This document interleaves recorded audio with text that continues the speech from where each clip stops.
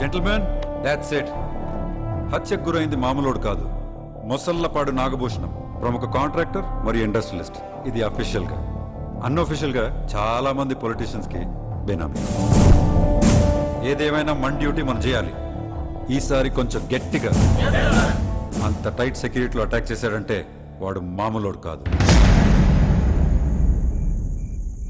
ఊహ తెలిసినప్పటి నుంచి చదువులని, హాస్టల్స్ అని నాన్నకు దూరంగా ఉన్నాను. ఇప్పుడు చదువు అయ్యేసరికి నానే దూరం అయ్యారు.